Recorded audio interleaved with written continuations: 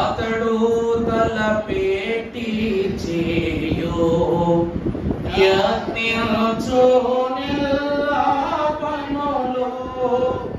అతడు తలపెట్టి చేయు యత్నించు నిల్లాపనులు.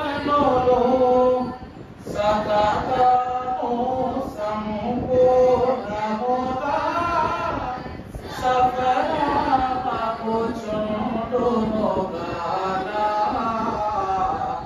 ధన్యుడు దేవమానవుడు,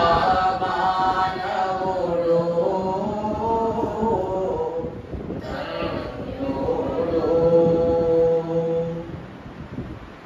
దేవుని యందు ప్రియ విశ్వాసులారా, ఈ పరిశుద్ధ ద్వితీయోపదేశ కాండ 3వ ధ్యాన దీపికలోనికి మర్మమైనటువంటి ఎన్నో క్లుప్త సత్యములను ప్రభువు వాత్సల్యత ద్వారా మనలో నెమరు వేసుకున్నట్టుకు తండ్రి అనుగ్రహించిన ఈ ప్రస్తుత సమయమును బట్టి త్రిత్వ దేవునికి మహిమ కలుగును గాక. ఆమేన్. పరిశుద్ధ వాక్య భాగమును ధ్యానము చేసుకుందాము. లేఖన భాగములో నుండి మహాకనుడు ద్వితీయోపదేశ కాండ రచయితయు భావ సూచక విషయములను బోధించిన వర్తమానికుడైనటువంటి మోషే రాసిన గ్రంథము ద్వితీయోపదేశ కాండము 3వ అధ్యాయము ప్రారంభము నుండి మనం ఒకసారి జ్ఞాపకం చేసుకున్నట్లయితే, మనము తిరిగి బాషాను మార్గమున వెళ్ళినప్పుడు బాషాను రాజైన ఓగును అతని ప్రజలందరూ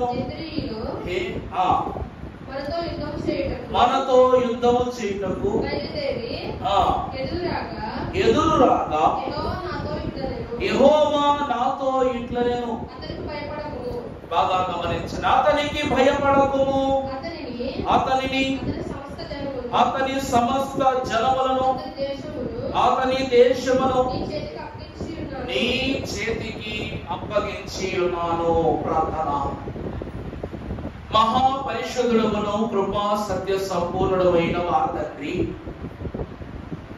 లోకములో శూన్యము సృష్టి స్థితిని చీకటిగా మారుస్తున్నప్పటికీ నీ వాక్య ప్రక్రియలో మమ్ములను పోషించుచున్న ఆత్మ తండ్రి, నీకే వందనములు.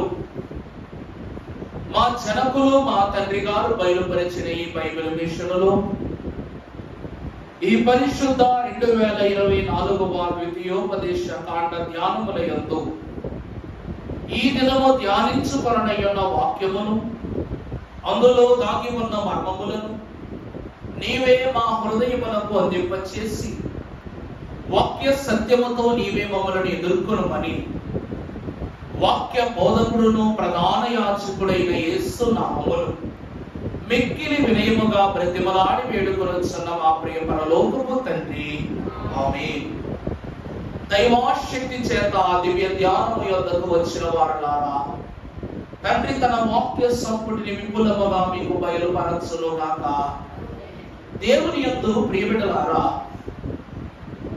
ధ్యానము చేసుకున్న గత అధ్యాయములలో ప్రారంభమున మనము చూచినప్పుడు దేవుడు వారికిచ్చు కనాను దేశము ఎన్ని శోధనల స్థితిలో వారు అందుకొననయ్యున్నను దేవుడు బయలుపరచిన విషయములను వారికి కనపరుస్తూ దేవుడు ఏమని చెప్పారు అంటే, నేను మిమ్ములను ఎద్ద రెక్కల మీద కొనిపోవుదును అన్న మాటను బట్టి ఎంత శ్రమ కలిగినా మిమ్మలను చేర్చవలసిన స్థలానికి నేను చేస్తానన్నారు తండ్రి. అది మొదటి అధ్యాయములో భక్తుడైన మోషే తెలియజేశారు.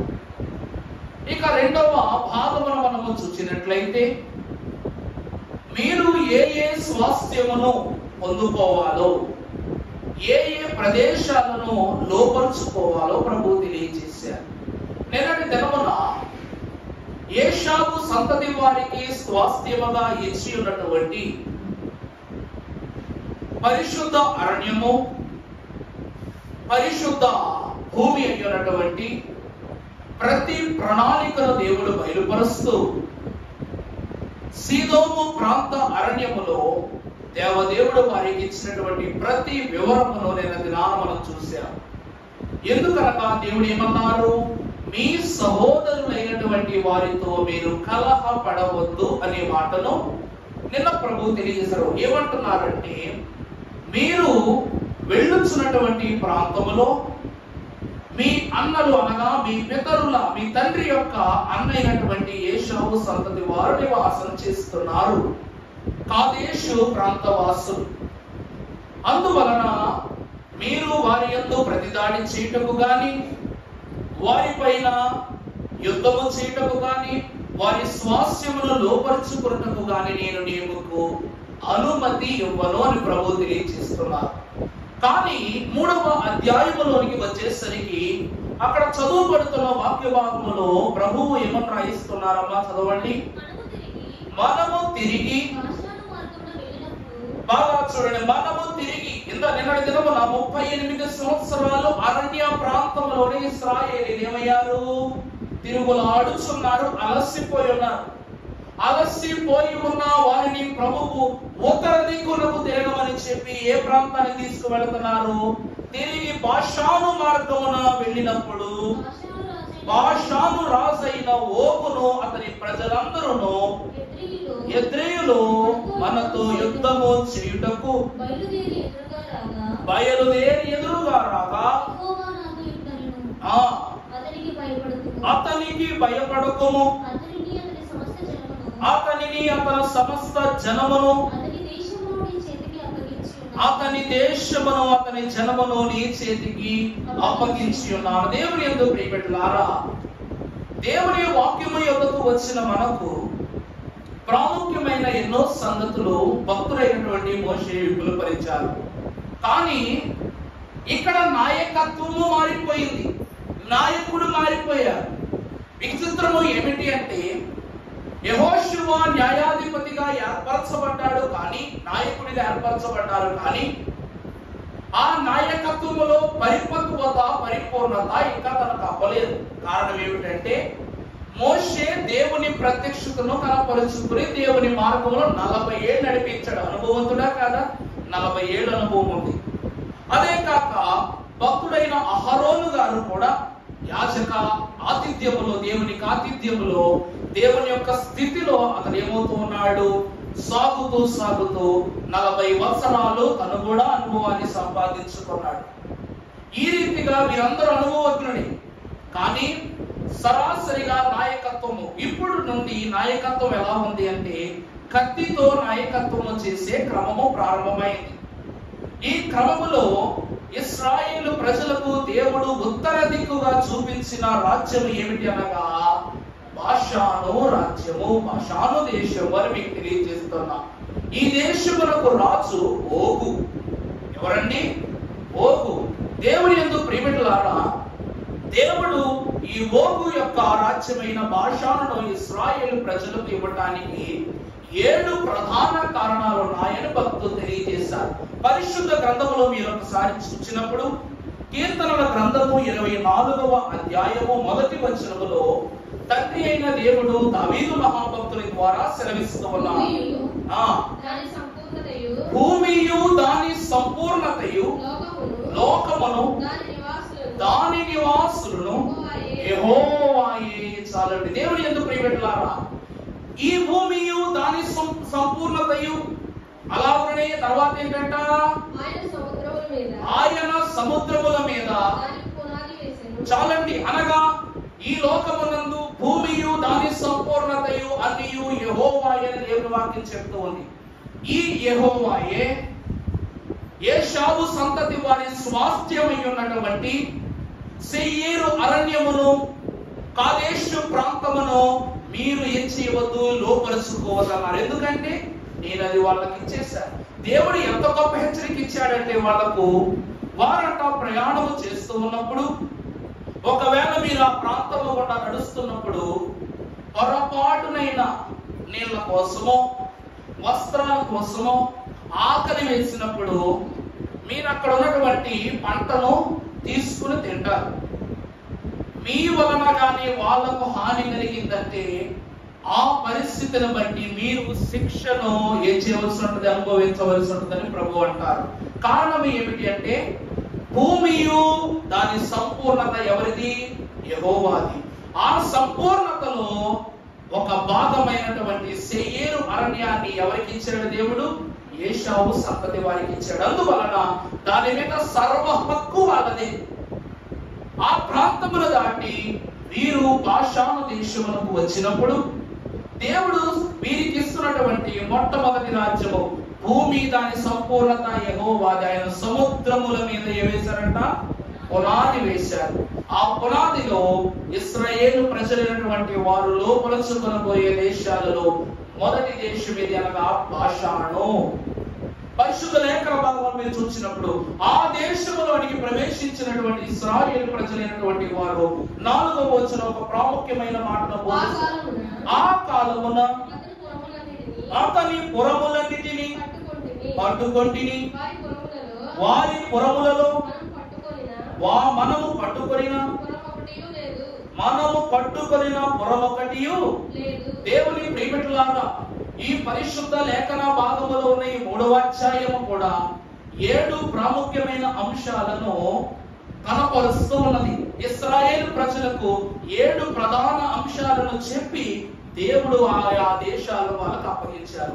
మొదటిది ఏమిటి అనగా స్వజనము. అందుకే మొట్టమొదటి అంశమైన స్వజనం అనగా తన సహోదరుల సంతతి వారు ఆ ప్రదేశంలో ఉన్నారు కనుక మొదటి పరిచయము. ఈ రోజు చూడండి అమ్మా, మనమే మన గృహాల్లో ఒక పండగో లేక ఒక పాపమో లేకపోతే ఒక బాధాకరమైన కార్యక్రమంలో మనకు పరిచయం లేని వ్యక్తులు కూడా కొత్త పరిచయాలు జరుగుతాయి, అంతే కదండి. ఇక్కడి వరకు మనం చూస్తే ఇశ్రాయేలు ప్రజలకు ఐగుప్తు దేశములో ఉన్నంత కాలము, యాకోబు స్వాస్థ్యములో పెరుగుతున్నంత కాలము దేవదేవుడు మిగిలిన ప్రజలైన వారు తన అన్నలైనటువంటి వారి యొక్క కుమారులకు ఏ స్థలాల్లో ఏర్పాటు దయచేశారో వీరికి తెలియదు. అందువలన వీరు లోపరుచుకునే ప్రతి ప్రదేశాన్ని చూపించారు, వీరు విడిచిపెట్టవలసిన ప్రదేశాలను కూడా చూపించారు.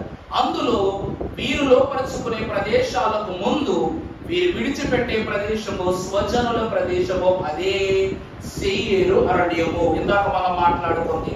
ఇక రెండవది చూసినప్పుడు స్వాతంత్రత. ఇప్పుడు చదివినప్పుడు ఆ కాలమున అతని పురములన్నిటినీ పట్టుకొంటిమి, వారి పురములలో మనము పట్టుకొనిన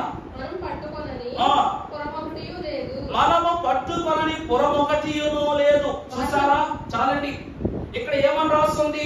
దేవుడు ఎంత స్వాతంత్రతనిచ్చేసాడంటే ఇశ్రాయేలు ప్రజలకు, వాళ్ళు విడిచిపెట్టిన ఒక్క స్థలం కూడా కనబడట్లేదు మనకు. అక్కడ సుమారు 60 పురాలు ఉన్నాయి, 60 ప్రాంతాలు ఉన్నాయి. ఎక్కడ?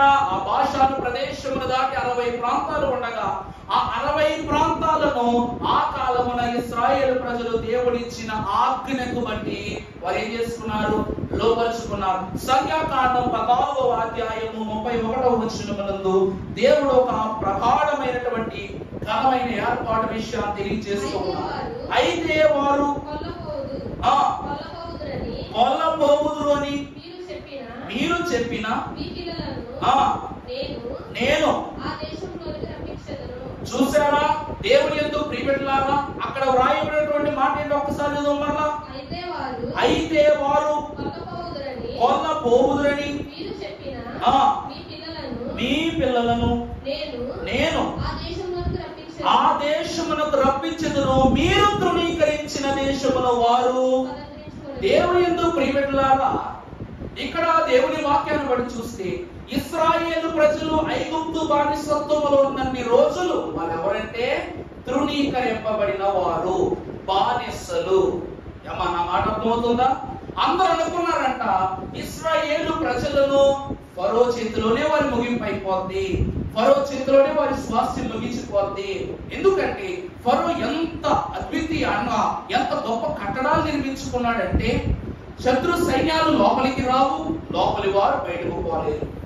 అందువలన ఐగుప్తు దేశము యొక్క ప్రతి అడుగులోనూ ఫరో యొక్క ధీటైన సైన్యము కాలువ చేయడం చూస్తారు.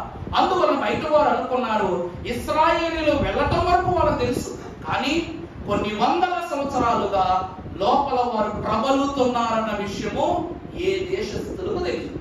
అర్థమవుతుందా అండి? ఎరికో పట్టణం వారు అనుకున్నారు మా గోడలు దాటి ఎవరు లోపల రాలేరు, లోపలికి వచ్చిన వాళ్ళు బయటకు పోలేరు. ఆ ఎరుకో పట్టణము లోపల ఉన్నటువంటి పరిస్థితి ఎరుకో వాళ్ళకి తెలుసు, బయట ఉన్న వారికి ఆ గోడలు ఎంత బలమైనవో అది ఎంత కట్టుదరని తెలుసు. కానీ దేవునికి అలా కాదు కదా. భూమియు దాని సంపూర్ణతయు ఎవరి చేతిలో ఉన్నవి? ఎవరివి? యెహోవావే. ఇక్కడ మనం చూస్తే ఇశ్రాయేలు ప్రజలట తృణీకరింపబడిన వారు, రోదన పడిన వారు, శోధన పడిన వారు, వెలివేయబడిన వారు, లోకమునకు ఏమైనారు బానిసలుగా మార్చబడిన వారు. అలా తృణీకరింపబడిన ఆ పిల్లలకు, ఆ సంతతి వారికి దేవుడు ఏమిస్తానన్నాడు? స్వతంత్రించుకునే హక్కునిస్తానన్నాడు. చదువు అమ్మా మాట మరలా. అయితే వారు కొల్లపోవుదురని మీరు చెప్పిన మీ పిల్లలను నేను ఆ దేశము లోపలికి రప్పించదను. దేవుడు ఏమంటున్నారు? బాషాను రాజైన ఓగ్ అంటున్నాడు ఇంకా వాళ్ళకు సమయం అయిపోయింది, కాలం అయిపోయింది, ఇక వారు మనం జయించలేరు, వారు నశించిపోతున్నారు అని అన్నాడు. నువ్వు ఏ కుటుంబాలను, ఏ వంశాలను, ఏ సంతానము నశించిపోతున్నావో తృణీకరింపబడిన సంతానాన్ని నీ దేశంలోనికి రప్పిస్తా. అర్థమైందండి? అటువంటి వారు ఏం చేస్తారంట? చదువు. మీరు తృణీకరించిన దేశమును వారు దేవుని యందు ప్రియబిడ్డలారా, దేవుని వాక్కును తృణీకరింపబడిన దేశం అంటే ఏంటండి చెప్పండి?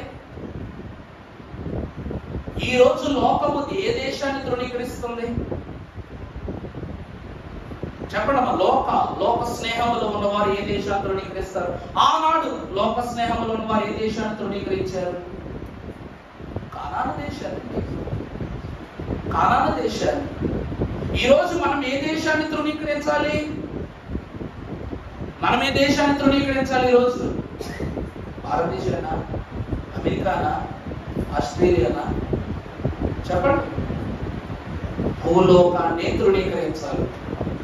ఆ దేశము ఈ దేశము కాదు, భూమండలాన్ని, ఈ భూమి భాగం. ఎందుకనగా నీ బరి ఇక్కడ, నీ గురి అక్కడ. ఆయన రాశారు పరలోకము నా దేశము, పరదేశి నేనిల మాయలోకమున నేనొక యాత్రికుడను అన్నారు. నువ్వు యాత్రికుడు ఈ లోకానికి వచ్చావు, ఈ దేశంలో తిరుగులాడావు, నీ పని పూర్తి చేసుకున్నా వెళ్ళిపోవాల్సింది. అలాగే దేవుడు వారికి స్వాస్థ్యంగా ఇస్తారన్న దేశాన్ని అమ్మోనీయులు, హిత్తీయులు మీరందరూ తృణీకరించారు, వారి పితరులు తృణీకరించారు. కాబట్టి మీరు ఏ దేశాన్ని తృణీకరించారో ఆ దేశాన్ని నేను వారికి ఇస్తున్నా.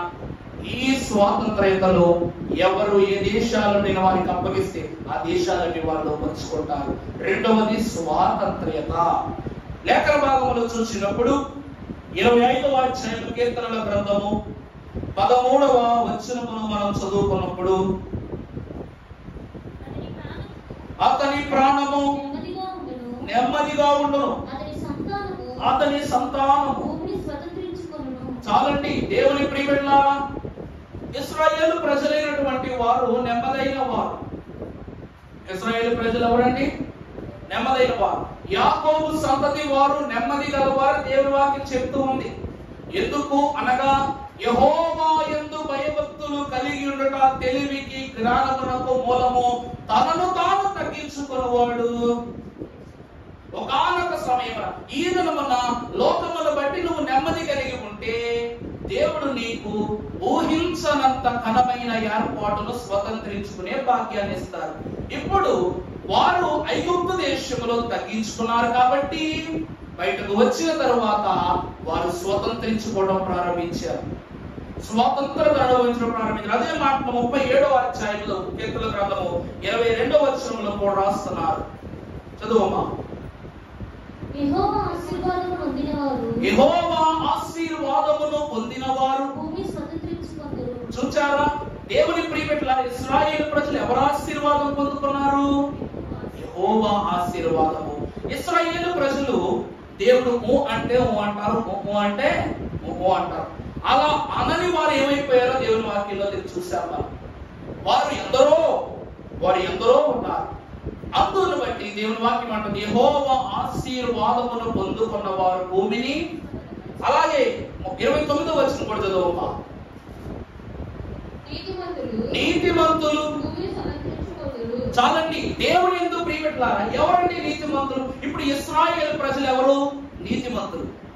దేవుని వాక్యం సెలవిస్తూ ఉంది, నీతిమంతులు అంటే ఎవరు? అసలు ఈ నీతి ఎక్కడి నుండి వచ్చింది? నీతిమంతులు అంటే ఎవరు? అసలు ఈ నీతి అనే పదము ఎవరి యొక్క నుండి వాడుకలోకి వచ్చింది?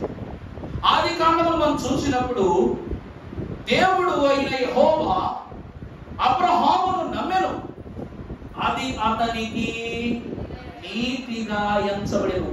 నమ్మువానికి సమస్తము సాధ్యమే. ఇశ్రాయేలు ప్రజలకు పితరుడుగా ఉన్నటువంటి, విశ్వాసములకు తండ్రియు అయ్యున్నటువంటి అబ్రహాము గారు దేవుని నమ్మెను గనుక, దేవుడు ఆయన నమ్మెను గనుక అది అతనికి నీతిగా ఎంచబడెను. ఆ నీతియే వీరికి స్వాతంత్ర్యతను అనుగ్రహించినట్లుగా చూస్తున్నాం.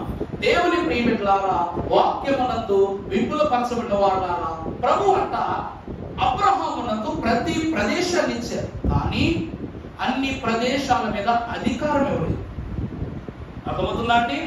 దేవుడు భూమంతా అబ్రహాముకి ఇచ్చారు. కారణం ఏమిటంటే అబ్రహాముకు ఎక్కడ స్థిరమైన ఇల్లు లేదు. ఎక్కడ చూసిన అబ్రహాము గుడారమే. కొన్ని వందల, ఈ రోజు లెక్క కట్టుకుంటే భూమి మీద బిల్ గేట్స్ సరిపోడు, అంబానీ సరిపోడు, మార్క్ జుకర్బర్గ్ సరిపోడు, రతన్ టాటా సరిపోడు, ఎవరు సరిపోరు. వీళ్ళందరూ ఆస్తులు పోగుపెట్టిన, భూమి మీద మన చిల్లర డబ్బులంత ఆస్తి పోగుపెట్టిన అబ్రహాము యొక్క ఆస్తి భాగములో పావు వంతుకు కూడా మనం సరిదోమం. ధనరాశులు, ధాన్యాదులు, గొర్రెలు, ఆవులు, మేకలు, పశు పక్షాదులకు భూమి అంతయు తన స్వాస్థ్యమే ఉంది. కానీ ఆ స్వాస్థ్యాన్ని అబ్రహాము భక్తులు ఒకే చోట వంచలా తిప్పులాడుతూ ఉండేవాడు. అబ్రహాము దగ్గర కొన్ని వందల మంది, వేల మంది పని వాళ్ళు ఉండేవారు. అంతమంది పని వాళ్లకు అబ్రహాం ఏమి ఇచ్చేవాడంట? గొప్ప స్వాస్థ్యాన్ని కల్పించాడు. దేవుడు ఎందుకు ప్రియపెట్టలారా? అంత గొప్పవాడైన అబ్రహాముకు భూమి మీద దేవుడు ఎందుకు ఇల్లు ఇవ్వలేదంటే, దేవుని వాక్యం అంటూ ఉన్నది, నీ గుడారము ఎక్కడ కాదు పరలోకమునందు, నీ గృహం ఎక్కడ కాదు పరలోకమునందని ప్రభువు చెప్పటాన్ని బట్టి ఒక చోట అబ్రహాము గారిని ఉండనివ్వలేదు. దేవుని ప్రియపెట్టలారా, అట్టి అబ్రహాం అట అన్ని ప్రదేశాల మీద అధికారం ఉన్నప్పటికీ దేవునిని కాదని ఏ ప్రదేశాన్ని లోపరుచుకోలేదు. అందుకే అబ్రహాము అన్ని ప్రదేశాల మీద అధికారం ఇవ్వబడింది. కానీ లోతు దేవునిని అడగకుండా అబ్రహామును మాత్రమే అడిగి సొదొమ గొమొర్రా పట్టణాన్ని లోపరుచుకున్నాడు. ఆ పట్టణము అందమైన పట్టణమే, మంచి పట్టణమే. ఎలాగా? చూడటానికి కొండెక్కి చూశాడంట లోతు. చూడగానే ఎలా కనబడిందంట? సుసంపన్నముగాను, స్వాస్థ్యము గలదిగాను, రమ్యమైనదిగాను కలిగినటువంటి పట్టణముగా ఈ సొదొమ గొమొర్రా పట్టణం కనబడింది. చూశాడు, ఆనందపడ్డాడు, అది నాకు కావాలన్నాడు, వెళ్ళాడు. అడుగు పెట్టిన తరువాత నుండి ఆయువులో బూడిద వంతు భాగము కూడా అక్కడ మిగలలేదు. కారణం ఏమిటి అంటే, దేవుడు వద్దన్న స్థితులను, ప్రదేశాలను స్వతంత్రించుకోవడం ద్వారా దేవుడు ఏం కలిగిస్తున్నాడు? శాపాన్ని కలిగిస్తూ ఉన్నాడు. అందుకు గాని దేవుడు అబ్రహాముకి లోతు కూడా కానాను ఇద్దామనుకున్నాడంట. కానీ లోతు కానాను వద్దనుకున్నాడు. చూశారుగా, నేను మీకిద్దామనుకున్న దేశాన్ని మీరు తృణీకరించారు. తృణీకరించారు లేదా? ఎక్కడ చదివా మాట? ఎక్కడ చదివా? సంఖ్యాకాండం 14:31 చదివా. నేను మీకు ఇద్దామని అనుకున్న దేశమును మీరు తృణీకరించారు కాబట్టి ఆ తృణీకరింపబడిన దేశాన్ని నేను వారికి స్వతంత్రించుకుని ఇస్తూ ఉన్నానన్నారు ప్రభు. దేవుని ప్రియమిత్రులారా, లోతుకు కూడా అబ్రహాము లోతు ఇద్దరు మాటలు ఒకటే. అబ్రహామా, ఇద్దరం కలిసి ప్రార్థన చేద్దాం. అబ్రహామా, ఇద్దరం కలిసి పని చేద్దాం. అబ్రహామా, ఇద్దరము కలిసి మరణిద్దాం. ఇద్దరు కలిసి దేవుని దగ్గరికి వెళదాం. ఆత్మలో కూడా మన బంధము దిగిపోకూడదని లోతు అబ్రహాము ఎదుట ప్రమాణం పుచ్చుకున్నారు. ఇద్దరు ప్రమాణం చేసుకున్నారు. కానీ ఆ ప్రమాణాన్ని, బంధనాన్ని విడగొట్టుకుంది ఎవరు? లోతే. తనే విడగొట్టుకున్నాడు, తనే వేరైపోయాడు. ఈ గొడవ అబ్రహాముకు లోతుకు రాలా. కింద పని వాళ్ళ దగ్గర మొదలై యజమానురాల దగ్గరికి వచ్చి చివరికి ఇది మా గొడవగా మారకూడదని విడిపోయారు. అంటే దేవుని స్నేహము నుండి విడిపోయాడు. స్వాతంత్రత పోయింది. వారు పొందుకోవాల్సిన దేశాన్ని కాక మోయాబీలు హిత్తీయుల దేశముగా వారు తృణీకరింపబడిన వారయ్యారు. ఇదే స్వాతంత్రత. దేవుడు ఏమంటూ ఉన్నాడు? ప్రతి పురమును చదువమ్మా, 4వ వచనం చదువమ్మ ఒకసారి. ద్వితీయోపదేశకాండం 3:4. ఆ కాలమున అమ్మా ఆ కాలమున అతని పురములన్నిటినీ పట్టుకుంటిమి, వారి పురములలో మనము పట్టుకొనని. చూసారా, దేవుడంట ఏ ఒక్క స్థానాన్ని విడిచిపెట్టిన వాళ్ళ ఇశ్రాయేలీయులు అంత స్వాస్యాన్ని ఇస్తున్నారు. దేవుడు అంత స్వాతంత్రం ఇచ్చాడు. మనం దైవ లక్షణాలు చూస్తాం. నీవు స్వతంత్రుడు అయి ఉన్నావు, స్వేచ్ఛాపరుడు అయి ఉన్నావు అని అన్నారు. ఎంత స్వాతంత్రం, ఎంత స్వేచ్ఛ ఇచ్చారంటే అడ్డొచ్చిన దానివల్ల పట్టుకోవడమే. ఇదే 2వ లక్షణము. ఇశ్రాయేలు ప్రజలకు వద్దన్నది విడిచిపెట్టారు, పొందుకోమన్న దాన్ని పొందుకుంటూ వెళ్ళిపోయారు. ఈ 2వ ఆశీర్వాదం ఏంటంటే స్వాతంత్రత. 3వది చూసినప్పుడు స్వర్గీయ సంపాద్యము. నిర్గమాకాండము 19వ అధ్యాయము 5వ వచనము. నిర్గమాకాండం 19వ అధ్యాయము 15. కాగా మీరు నా మాట శ్రద్ధగా విని నా నిబంధనను అనుసరించి నడిచిన ఎడల మీరు సమస్త జనులలో. చాలండి, దేవుని మాటను అనుసరించి నడిచిన వారు ఆయన జనములలోని స్వకీయ సంపాద్యమగుదురు. స్వకీయ సంపాద్యం అంటే ఏంటండి చెప్పండి? స్వకీయ సంపాద్యం అంటే ఏంటి అమ్మా? స్వంతంగా సంపాదించుకోవటం, సెల్ఫ్ ఎంప్లాయ్మెంట్ అంటారు ఇంగ్లీష్ లో దాన్ని. ఈరోజు చూసారా, నాకు బాగా ఇష్టం. ఈరోజు పిల్లలు పెద్దలు అందరూ పడి పడి పడి పడి ఫోన్లు ఈరోజు ఎంత అప్డేటెడ్ సిరీస్ నడుస్తున్నాయంటే కారణం సోషల్ మీడియా. ఈ సోషల్ మీడియాకు కారణం ఎవరంటే ఫేస్బుక్. ఈ ఫేస్బుక్ ఓనరు ఈ ఫేస్బుక్ ను కనిపెట్టినప్పుడు, ఈ సాఫ్ట్వేర్ కనిపెట్టినప్పుడు అతని వయసు 21 సంవత్సరం. 21 సంవత్సరం. దానికి అతని చెల్లెలు సహాయం చేసింది. ఆమె లీడ్ మేనేజింగ్ డైరెక్టర్ ఆ కంపెనీకి. ఆ తరువాత ఈ ఫేస్బుక్ ను ఆధారం చేసుకుని ఎన్నో అద్భుతమైనటువంటి అన్వేషణలు వచ్చేస్తాయని తెలిసి ఏం చేశాడంటే దాని విలువ ఇతని వారికి తెలియకుండా. అర్థమవుతుందా అండి? ఇప్పుడు దాన్ని చూసి ఈరోజు ఈ ఫోన్ చూసా, ఇది నా పాత ఫోన్. ఈ పాత ఫోన్ కంటే అప్డేట్ అయిందని నేనేం కొనుక్కున్నా? కొత్త ఫోన్ కొనుక్కున్నా. దానికంటే స్పీడ్ గా పనిచేసి, దానికంటే క్వాలిటీ బాగుండే ఫోన్ కొనుక్కున్నా. అలాగే నన్ను ఆధారంగా చేసుకుని కొత్త కొత్త విషయాలు ఇంకా కనిపెట్టేస్తారని తెలిసి వాళ్ళ మీద నిఘా పెట్టాడంట. అప్పుడు వాట్సాప్ వచ్చింది. ఈ రోజు వాట్సాప్ ఓపెన్ చేయకుండా ఒక రోజు మొదలవదు, ముగిదు. బాత్రూమ్ లో కూడా వాట్సాప్ వాడతారు. నిజమే కదండి? బయటికి వెళ్ళిన వాట్సాపే, రోడ్డు మీద నడుస్తున్న వాట్సాపే. నన్నే తీసుకో. ఏదో ఒక మెసేజ్ వస్తే టక్కమని ఫార్వర్డ్ చేయాలి, గ్రూప్ లోకి చేయాలి కదా. దేవుని వాక్యమైనా పంపించాలి, హెచ్చరికైనా పంపించాలి, ఏదైనా పంపించాలి. ఈరోజు మంచికైనా చెడుకైనా రెండింటికి ఒక సమాచారాన్ని పంపించాలంటే న్యూస్ ఛానల్స్ మర్చిపోయింది లోపం. వాట్సాప్ లోనే చూసేస్తున్నారు. ఈ వాట్సాప్ రాగానే దీనికి వాడు కొత్త టెక్నిక్ పెట్టాడు. ఏమిటంటే చాటింగ్ అన్నమాట. ఫేస్బుక్ లో చాట్ చేసుకోవడం చాలా ఇబ్బందికరంగా ఉండేది. వాట్సాప్ లో అయితే వేళ్ళకి ఎంత పని చెప్తామో ఎక్సర్సైజ్ టక్ టైప్ చేస్తారు. దీనిని ఈ కొత్త ఇన్స్టాల్మెంట్ ని కనుక్కున్నటువంటి ఈ మార్క్ జకర్బర్గ్ ఏం చేశాడంటే వాట్సాప్ కొనేశాడు. ఏం చేశాడండి? వాట్సాప్ ను కొనేసుకుని దానికి ఇలా ఒక సింబల్ పెట్టి మెటా అని పెట్టాడు అనమాట. దాని తర్వాత బిజినెస్ వాట్సాప్, అలాగే ఇంకా నాకు మిగిలిన తెలియదు. తర్వాత ఇన్స్టాగ్రామ్ వచ్చింది. ఇన్స్టాగ్రామ్ కొనేసాడు. ట్విట్టర్ వచ్చింది. ట్విట్టర్ కొనేసాడు. ఈ రోజు సోషల్ మీడియా రంగం అంతా దేని మీద నడుస్తుంది? ఇన్ఫినిటమ్ మెటా మీద నడుస్తా ఉంది. అంటే ఫేస్బుక్ ఓనర్ చేతిలో ఉంది. అతడు రోజుకు అతని ఆదాయము 950 కోట్లు. రోజుకి నువ్వు ఒక్క ఫోటో పంపిస్తే అతను 9 రూపాయలు వెళ్తాయి. ఒక వీడియో పంపిస్తే 22 రూపాయలు వెళ్తాయి. అది కాదు ఒక సినిమాయే పంపించావనుకో 2000 అవుతుంది. అర్థమైందా అండి?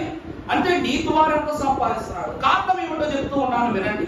స్వకీయ సంపాద్యమునకు దేవుడు ఇక్కడ ఎందుకు విలువిస్తున్నాడంటే, తన జ్ఞానముతో ఈ లోకమునకు ఏ విలువనైతే తను ఏర్పరచుకున్నాడో ఆ విలువ దొంగిలినకూడదన్నటువంటి తలంపుతో మరొకటువంటి వాడు తయారవ్వకుండా జాగ్రత్త పడ్డాం. ఇశ్రాయేలీయులకు దేవుడికి జ్ఞానము దైవ జ్ఞానం. ఇటువంటి వీళ్ళు ఎలా గెలుస్తున్నారనే మర్మాన్ని తెలియకుండానే దేవదేవుడు వారందరినీ మరుగు చేసి వారికి అమితమైన జ్ఞానాన్ని ఇచ్చి ప్రతి ప్రదేశాన్ని వారు తేరుకునే లోపలి చేస్తున్నారు. అర్థమైందా అండి? ఈ రోజు నేను ఇక్కడ మొదలుపెట్టే పక్కింట్లో సంఘాన్ని నిలబెట్టుకున్నాను. 2 వచ్చారని కొంత, వారిని చూసి ఇంకో 2 వచ్చారు. అప్పుడు వేరే వాడి కంగారు వస్తే ఎలా వెళ్ళిపోతున్నారు అని ఈ సీక్రెట్ ఏదో కలుపుకుందామని ఎవరో ఒకరు పంపిస్తారు, లేక ఎవరో ద్వారా తెలుసుకుంటారు. ఈ తెలుసుకునే లోపే నేను ఆ మర్మాన్ని మరుగు చేసుకోవాలి. అలాగే దేవుడు కూడా ఇశ్రాయేలు యొక్క జ్ఞానాన్ని మరుగు చేసి వారి యుద్ధ నైపుణ్యాలను ఇతర ప్రదేశాల మీద వాళ్ళు తెలుసుకునే లోపే వాళ్ళు లోపలి చేసుకునేవారు. అర్థమైందా అండి? అంత స్వకీయ సంపాద్యం దేవుడు ఇచ్చాడు. 1 కాదు 2 కాదు, ధాన్యాదులు, ధనము, రాజ్యము అన్ని ఇశ్రాయేలు ప్రజలు కైవసం చేశారు. ఇదే స్వకీయ సంపాద్యము. ఒక మాట చూస్తే ద్వితీయోపదేశకాండం 4వ అధ్యాయము 20వ వచనం మనం చదువుకున్నప్పుడు, అమ్మా యెహోవా మిమ్మును చేపట్టి నేడు ఉన్నట్లు మీరు తనకు స్వకీయ జనముగా ఉండుటకై ఐగుప్తు దేశములో నుండి. చూసారా అండి? దేవుని వాక్యం ఏమంటుందంటే, మీరు తనకు స్వకీయ జనముగా ఉండటము కోసం తన స్వజనులైన మీకు ఏమిస్తూ ఉన్నారు? స్వకీయ సంపాద్యముగా ఆయన భావించి ఇనుప, అక్కడ ఏమని రాస్తుందండి? ఇనుప కొలిమిలో నుండి. దేవుని ప్రియబిడ్డలారా, 7వ అధ్యాయము ద్వితీయోపదేశకాండం 6వ వచనం ఒక్కసారి చదువుకుందామమ్మా. నీవు నీ దేవుడైన యెహోవాకు జనము, భూమి మీద ఉన్న సమస్త జనముల కంటే నిన్ను ఎక్కువగా ఎంచి నిన్ను తనకు. దేవుని ప్రియబిడ్డలారా, ఇందాక చదివిన వచనములో ఇనుప కొలిమిలో నుండి నిన్ను తప్పించారంట అని రాయబడదు కదమ్మా. ఇక్కడ ఒక మాట చెప్పాలంటే, బాషాను రాజైన ఓగుకు ఒక మంచం ఉంటది. ఆ మంచం ఇనుముతో చేయబడిన మంచం. అర్థమైందా అండి? అప్పుడు సొలొమోను మంచాన్ని గురించి మీకు వాగ్వర్తమానం తెలియజేశారు.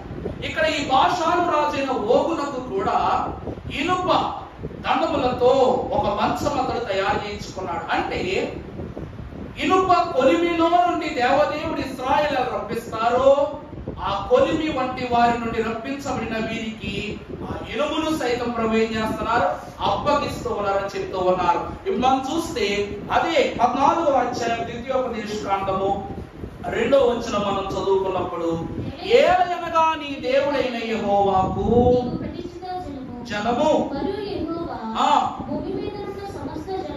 భూమి మీద ఉన్న సమస్త జనములలో చూడమ్మా విశేషముగా తనకు స్వకీయ జనమగునట్లు నిన్ను ఏర్పరచుకున్నాడు. దేవుని యందు ప్రియబిడ్డలారా, ఎవరు ఎంతటి బలవంతులైనా కావచ్చు, నీ దేవునికి నువ్వు ఎవరై ఉన్నావు? స్వకీయ జనమై ఉన్నావు. అయినా రాశారు, ఇశ్రాయేలు సైన్యమునకు ముందు నడిచిన దైవమా, నేడు మాతో కూడా ఉండి మమ్మును నడిపించు అంటున్నా. అంటే దేవుడు నిన్ను తన స్వకీయ జనముగా ఏర్పరచుకుంటే నీకు స్వకీయ సంపాద్యముగా పరలోకపు పోషణతో నిన్ను పోషిస్తారని ప్రభు చెప్తూ ఉన్నారు. ఎందుకంటే నువ్వు ఆయనకు ప్రతిష్ఠిత జనము కనుక. 3వది ఏమిటి అనగా స్వకీయ సంపాదన. అంటే దేవుడు ఏ స్థలంలో చేయి పెట్టమంటే ఆ స్థలంలో చేయి పెట్టగానే బంగారపు లెక్క బిందులు దొరికింది. అర్థమైందండి? పలానా చోట్ల చేయి పెట్టదన్నప్పుడు చేయి పెట్టావా పాములు కలిసేస్తాయి. దేవుడు చెప్తూ ఉన్నదే, నేను చెప్పు ప్రదేశమును మీరు స్వతంత్రించుకొని మీ స్వాస్థ్యాన్ని అందుతారు, లేకపోతే మీరు శోధన చూస్తారు. తర్వాత 4వ విషయంలోకి వచ్చిన ఇర్మియా గ్రంథము 16వ అధ్యాయము 21వ వచనము చదువుకుందాము. కాబట్టి నా నామము యెహోవా అని వారు తెలుసుకొనున్నట్లు నీవు ఈసారి వారికి అనుభవము. దేవుని యందు ప్రియబిడ్డలారా, ఈ భాషను రాసిన ఓగు అనుకుంటున్నాడంట, వీరు శోధన పడి పడి పడి పడి యుద్ధం చేయడానికి మన మీదకి వస్తున్నారు. శ్రమ అనుభవించి అనుభవించి అనుభవించి మన మీదకి వస్తున్నారు. 38 ఏళ్ళు అరణ్యము చుట్టూ తిరిగి ఇక్కడ చదువుకున్నాక అలసిపోయి ఉత్తర దిక్కునున్న మన రాజ్యం మీదకి వస్తూ ఉన్నారు. ప్రభువునందు ప్రియులారా, వారు నడిచి అలసిపోయారు కానీ దేవుని శక్తి విషయంలో వారు అలసిపోలేదు. ఈ యొక్క భాషను రాసిన ఓగు అనుకుంటున్నాడట, ఇప్పుడు నుండి నేనేం చేస్తాను, వారిని ఈ యుద్ధములో నేను వారిని తప్పక జయిస్తాను. ఆ జయము మనదే అని అతను తను అనుకుంటూ ఉన్నాడు. కానీ దేవుని వాక్యం ఏమంటుందండి ఇర్మియా గ్రంథంలో? నా నామము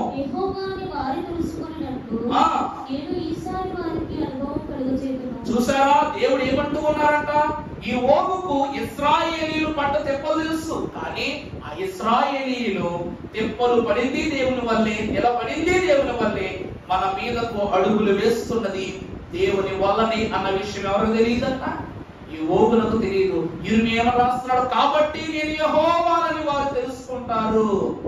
అంతే కదండి, వీళ్ళ బలం ఏంటో తెలుసు, కానీ దేవుని బలం ఏంటో తెలియదు కదా. ఎందుకంటే మొదటి రాజ్యం కాబట్టి ఏమనుకుంటున్నాడు, వాళ్ళ బలాన్ని చూడాలంటే ఒక పావు కావాలి. ఈ ఓగు పావు, ఈ పావు మీదకు పాము రాబోతా ఉంది, ఒక గెద్ద రాబోతా ఉంది. ఈ పామును హతమార్చడానికి దేవుడు అనగా దేవుని శక్తి, ఎందుకనగా గెద్ద రెక్కల మీద యెహోవా వారిని చేర్చిన వాడై ఉన్నాడు. ఆ గెద్దే ఈ పామును మింగటానికి తీసుకుని వస్తూ ఉంది. దేవుడు అంటున్నాడు, దేవుడు పక్షిరాజు వారి మీద ఇశ్రాయేలు జనాంగము వాయు వేగముతో వస్తూ ఉన్నారు. ఈ పాముకు తెలియదు వారు వస్తున్నది పక్షిరాజు మీద అని.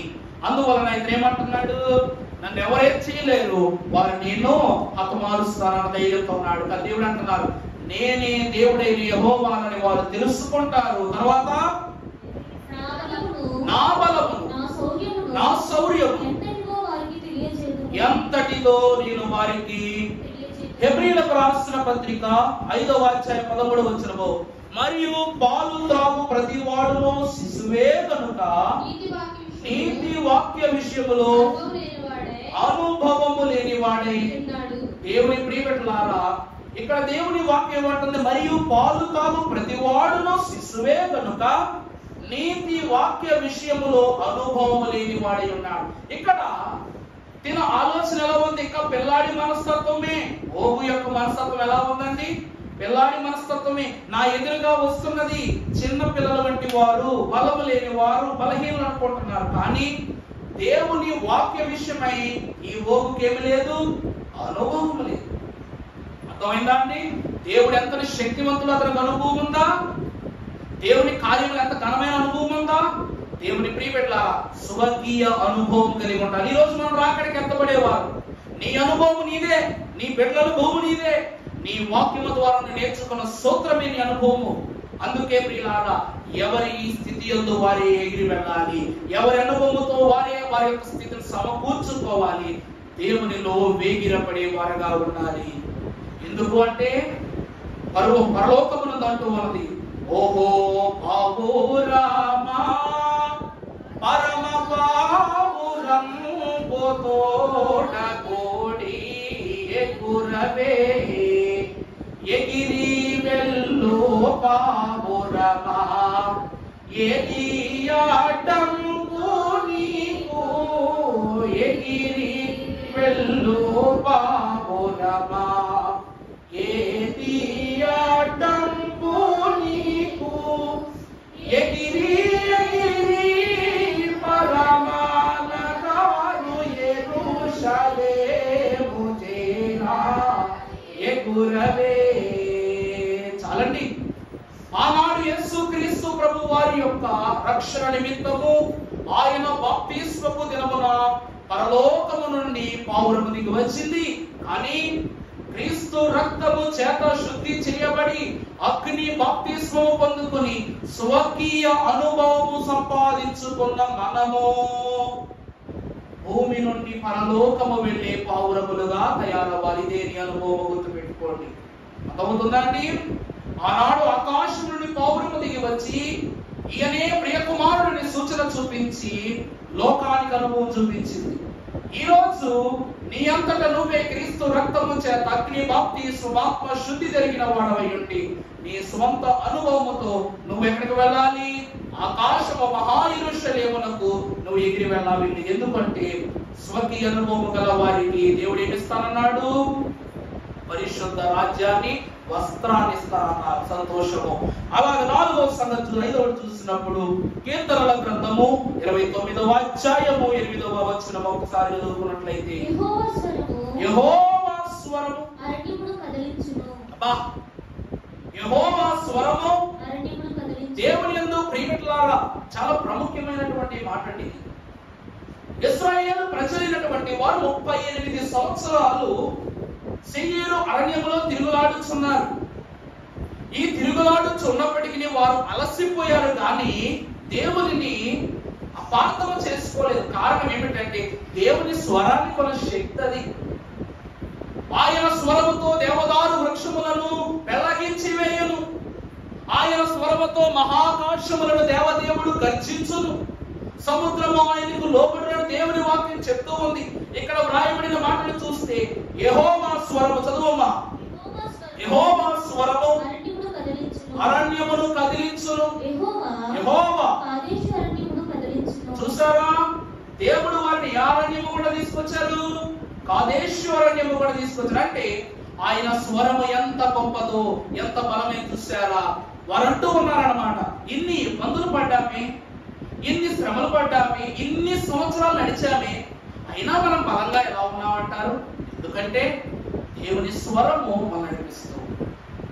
దేవుడి వాక్యం సెలవిస్తుంది 139వ దావీదు కీర్తనలో, నేను కూర్చుండుట నీకు తెలియను, నేను లేచుట నీకు తెలియను, నేను నడుచుట నీకు తెలియను, నా ఆత్మ ఏ తలంపులు కలిగి ఉండునో నీకు తెలియను. అన్ని ప్రభువుకు తెలుసా లేదా? ప్రభు ఏం చేస్తున్నారంటే ఆయన స్వరముతో మనలను ఏం చేస్తూ ఉన్నారు? నడిపిస్తూ ఉన్నారు. గాఢాంధకారపు లోయలో నేను సంచరించిన ఏ అపాయములకు భయపడను. కారణం ఏమిటంటే దేవుని స్వరము. ఇక్కడ ఇశ్రాయేలు ప్రజలు కూడా 38 సంవత్సరాలు కాదేశు శేయీరు అరణ్యములో వీరు భయపడుతూ ఉన్నారా, లేక భయభ్రాంతులు కాకుండా ధైర్యంగా ఉన్నారా? చెప్పండి, ధైర్యంగా ఉన్నారా, భయంగా ఉన్నారా? ధైర్యంగానే. కారణం దేవుని స్వరం. ఈరోజు చీకట్లో నడుస్తున్నా, భయమేస్తుంది, ఎవరో తెలియదు, భూతంలో భయపెడితే ఉండదలస్తుంది. కానీ ఒక మనిషిలా, సర్వసాధారణ మనిషిలా, రే భయపడకరా నేనేరా అని అన్నారంటే ఎలా ఉంటుందండి? మనకి చాలా సంతోషంగా ఉంటుంది. ఆ మనిషి ఎవరో తెలియనక్కర్లా, ఆ స్వరమే ధైర్యం ఇచ్చినట్లు 38 సంవత్సరాలు దేవుని స్వరం మనకి బలమే నడిపించిన అడవిలో ఇప్పుడు ఆ అరణ్యమును దాటి దేవుని స్వరము చెప్పుని వీరు ఎక్కడికి వస్తూ ఉన్నారు? ఓ రాజ్యములోనికి వస్తూ ఉన్నారు. 5వది స్వరము. 6వ చూసినప్పుడు ద్వితీయోపదేశ కాండము 3వ అధ్యాయం 20వ వచనము ముగించుకుందాం. అనగా నీ దేవుడైన యెహోవా యోర్దాను అద్దరిని వారికి ఇచ్చుచున్న దేశమును వారు స్వాధీనపరచుకుని వరకు మీ భార్యలను, మీ పిల్లలను, మీ మందలను చాలండి. దేవుని యందు ప్రియమిత్రులారా, ఇది ఏమిటి అనగా స్వాస్థ్యము. దేవుడు తన వాక్యములో ప్రత్యేకంగా తెలియజేసినట్లు 2వ అధ్యాయం ద్వితీయోపదేశ కాండము 4వ వచనం ఒక్కసారి చదివితే అక్కడ ఒక మాట, శేయీరు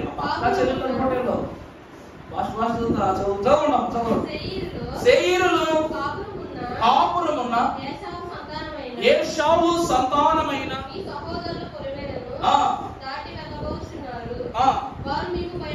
వారు మీకు భయపడదురు.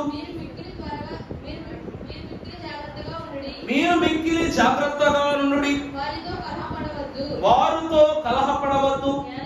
ఏలైనగా స్వాస్యముగా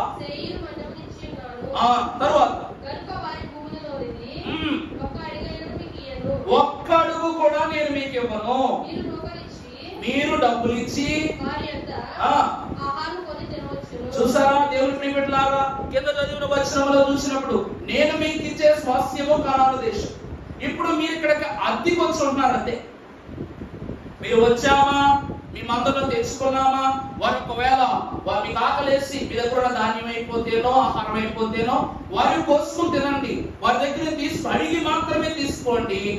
వారి ధాన్యాదులకు వారి మీ అవసరాలకు కావలసిన వస్తువులకు డబ్బులు ఇచ్చి మీరు ఏం చేయాలి? కొనుక్కోవాలని ప్రభువే ఆజ్ఞ పెడుతూ ఉన్నాడు. దేవదేవుడు ఐగుప్తు నుండి వచ్చేటప్పుడు ఐగుప్తు వారి దగ్గర సొమ్మెందుకు తీసుకోమన్నాడు తెలుసా? ఎందుకు అర్థమైందా అండి? దేవుడు చెప్పిన ప్రదేశాలలో కేవలము వారికి స్వాస్థ్యం ఇవ్వబడిన స్థలాల్లో దేవుడు ఎవరికి అధికారం ఇవ్వలేదు. అందుకు కానీ ఇప్పుడు మీకు ఆకలేస్తుంది, పొరపాటునైనా సరే మనం ఏం చేస్తాం? ఒకాయో పండు దొరికితే బాగుండని చూస్తాం. దానిని మనం కొనుక్కోవడానికే చూడాలి కానీ అపహరించడానికి చూడకూడదు. మాకెంత సైన్యం ఉంది, మాకెంత బలగం ఉంది అని మిమ్మల్ని చూసి భయపడతారు. మీరు భయపెట్టి వారి దగ్గర ఏమి తీసుకోవద్దంటున్నారు. అలాగే 10వ అధ్యాయం ద్వితీయోపదేశకాండం 9వ వచనంలో చూస్తే అక్కడ కూడా మాట్లాడుతున్నాం. కాబట్టి తమ సహోదరులతో పాటు దేవుని స్వాస్థ్యమునైనను లేవీయులు పొందలేదు. ఇప్పుడు 12వ అధ్యాయం 9వ వచనం చదవండి. నీ దేవుడైన యెహోవా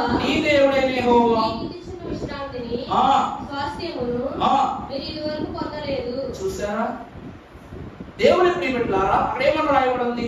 నీ దేవుడైన యెహోవా నీకిస్తున్న స్వాస్థ్యాన్ని, విశ్రాంతిని నువ్వు మునుపెప్పుడు పొందలేదు. ఎందుకు ఈ మాట రాయబడినదంటే, మన బాగా పరిచయం మన మాట, ప్రయాసపడి భారము మోయించున్న సమస్త జనులారా నా యొద్దకు రండి, నేను మీకు విశ్రాంతినిస్తాను. దేవుడు వారిని ఏ ఏ స్థలాల్లో ఉండమని చెప్పారు ఆ స్థలాల్లో వాళ్ళకి కరువు లేదు, ఆకలి దప్పికలు లేవు. ధాన్యాదులకు గాని బ్రతుకుటలో గాని వారి గుడారాలు వేసుకోవటంలో గాని ఎక్కడా దేవుడు ఏం పెట్లా? కొదువు పెట్ల. సంపూర్ణమైనటువంటి విశ్రాంతించడు. ఎందుకనగా దేవుడు అంటారు నేనే మార్గమును సత్యమును జీవమును అంటారు. ఇక్కడ మనం చూస్తే ఐగుప్తు మొదలుపెట్టి కనాను దేశము వరకు ఇశ్రాయేలు ప్రజలు నడిచిన మార్గములన్నింటినీ ద కింగ్స్ వే అంటారు. ఈ రోజుకి చాలా ప్రసిద్ధి చెందిన మార్గం అది. అంటే రాజుల మార్గము అనగా పరలోకపు తండ్రియును రాజులకు రాజు ప్రభువైన ప్రభువు ఆయనే ముందుగా ఉండి నడిపించిన మార్గము కనుక దాన్ని ఏ మార్గం అంటారు? ద కింగ్స్ వే లేకపోతే ద కింగ్స్ పాత్ అంటారు. ఈ రోజు ఆ ఇశ్రాయేల్ దేశంలోకి వెళితే ఆ మార్గాల గురించి క్లుప్త వివరణను కూడా అక్కడ ఉన్నటువంటి వారు మనకిస్తారు. అంటే దేవుడు వారిని తీసుకొచ్చిన ప్రదేశాలన్నీ స్వాస్థ్యములే. కానీ ఎవరెవరికి ఎక్కడెక్కడ ఇవ్వబడ్డవో ప్రభు చెప్పారు. ఆ ప్రదేశాలలో ప్రభు ఉండమన్న చోట ఎప్పుడైనా వారికి కష్టం వచ్చిందా? ఒక చోట మన్నా దొరికింది, ఒక చోట పూరేడులు దొరికింది, ఒక చోట సంపూర్ణమైనటువంటి మాంసాహారం దొరికింది, ఒక చోట విశ్రాంతి, ఒక చోట చిరుజల్లులు, ఒక చోట ధాన్యాదులు. ఇలా దేవుడి కొన్ని చోట ఉందా? మధురముగా మార్చబడిన మారా ఉన్న ప్రదేశం. అంటే దేవుడు వారిని నడిపించు ప్రతి స్థలములోనూ మాధుర్యాన్ని చూశారు కానీ శోధనలో కానీ కన్నీటిని గారు వారు చూడాల. అందుకే దేవుడి వాక్యం అంటూ ఉంది దేవుడే స్వాస్థ్యమై ఉండాలి. ఇక ఆఖరిగా మనము చూసినప్పుడు ద్వితీయోపదేశకాండము 3వ అధ్యాయం 28వ వచనము. యెహోషువకు అతని ధైర్యపరచి దృఢపరచుము. అతడు ఈ ప్రజలను నది దాటి నీవు చూడబోవు దేశమును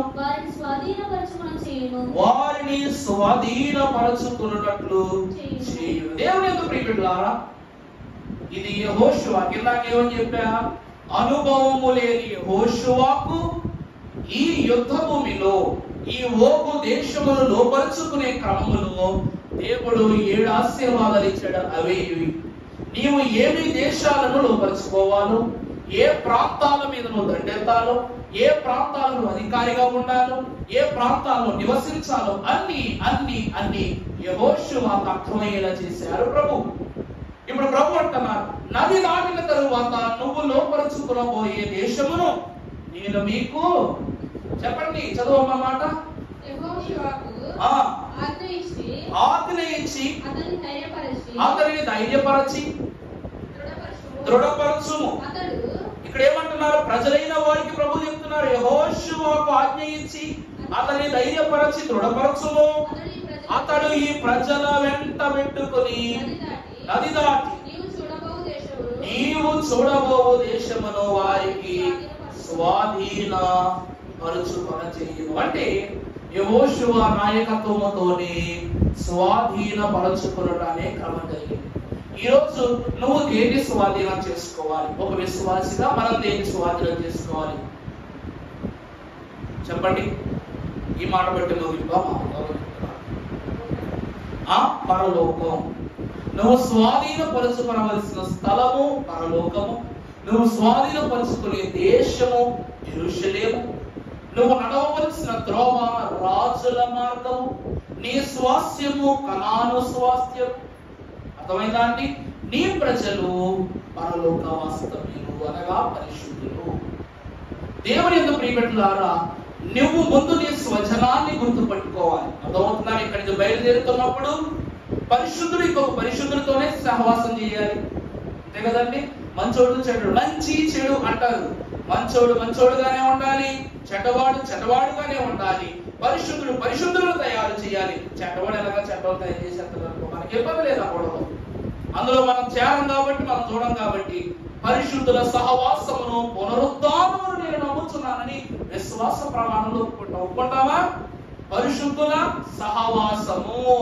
మొదటి దేవుడు కనుక నీ స్వజనులు నీ వల్ల పరిశుద్ధుడై ఉన్న నీ స్వజనము కొరకు నువ్వేం చేయాలి?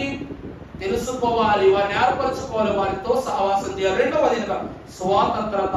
మీ ఇద్దరూ కలిసి దేవుని మహిమను స్వతంత్రించుకోవాలి, దేవుని కార్యాలను స్వతంత్రించుకోవాలి, దేవుని పనుల ఎడల ప్రీతి కలిగి స్వతంత్రతతో ముందుకు వెళ్ళాలి. ఇక మూడవది స్వకీయ సంపాద్యము. ఈ రోజు నువ్వెంత సంపాదించావో నాకు తెలియదు, నువ్వెంత దాచావో నాకు తెలియదు, నువ్వెంత భద్రపరుచు ఖర్చు పెడుతున్నావో నాకు తెలియదు. కానీ ఒక విశ్వాసిగా నువ్వేమి సంపాదించుకున్నావో ఖచ్చితంగా ఈ రోజు దేవుడికి తెలుసు. అదే దేవుని వాక్యం. అర్థమవుతుందండి? నీ స్వకీయ సంపాద్యం ఏమిటి? పరిశుద్ధ. ఈ పుస్తకం మీద పరిశుద్ధ గ్రంథం అని ఎందుకు రాస్తారో చెప్పనా? నువ్వు పరిశుద్ధుడు కాబట్టి చెప్పమా. నువ్వు పరిశుద్ధుడు కాబట్టి నేను పరిశుద్ధులను కాబట్టి నువ్వును, మనము పరిశుద్ధులము కాబట్టి మనకు బోధించు ఈ గ్రంథము పరిశుద్ధమే. స్వకీయ సంపాద్యము. నీ వాక్యమే నన్ను బ్రతికించును, నీ వాక్యమే నన్ను నడిపించును, నీ వాక్యమే నాకు ఆయువై నిత్యము నాకు కావలి కాయును, రక్షణ అయి నన్ను ముందుకు కొనసాగింపచేయన దేవుని భక్తులంటూ ఉన్నారు. అందువలన ఈ స్వకీయ సంపాద్యం వాక్యం. ఇక నాలుగవది మీరు చూసినప్పుడు స్వానుభవము. ఈ వాక్యం ద్వారా నువ్వు ఎన్నో వివరాలు, ఎన్నో మర్మాలు, ఎన్నో అద్భుతాలు తెలుసుకున్నావు. ఇందులో ఉన్న వాక్యం ఇందులోకి వస్తే నీ స్వంత అనుభవం నీకు మొదలవుతుంది. ఈ రోజు అంటారు ఇంట్లో చిన్నప్పుడు పిల్లలు ఈరోజు విచ్చలవిడితనం పెరిగిపోయింది. ఒకప్పుడు ఎలా ఉండేది అంటే, ఇప్పుడు కూడా అటువంటి వాళ్ళు ఉన్నారు. ఏమిటంటే, డాడీ నా ఫ్రెండ్స్ తో బయటికి వెళ్ళనా, డాడీ స్కూల్లో టూర్ కండక్ట్ చేశారు వెళ్ళనా, డాడీ ఈరోజు నాకు కాసంత రేపు సండే కదా డాడీ ఫ్రెండ్స్ తో ఆడుకోనా, పలానా తిననా అని ప్రశ్న డాడీని పర్మిషన్ అడిగి వాళ్ళు ముందుకు వెళతారు.